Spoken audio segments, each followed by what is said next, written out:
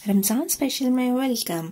आज मैं आपको मज़ेदार पापड़ी वाली चाट बनाने का तरीका बताऊंगी। वैसे तो चाट जो मैंने ऑलरेडी बनाई उसका लिंक मैंने डिस्क्रिप्शन बॉक्स में दे दिया है, बट यहाँ मैं आपको बताती हूँ कि कैसे चने बॉईल करके रखे थे मैंने उसमें चाट मसाला डाला है, काली मिर्च डाली है और दही इमली की चटनी डालकर इसे मिक्स करती जाऊंगी। ऊपर से सैलेड डालूंगी और जो मैंने पापड़ी बना के रखी है वो ऊपर डाल के सर्व करूंगी।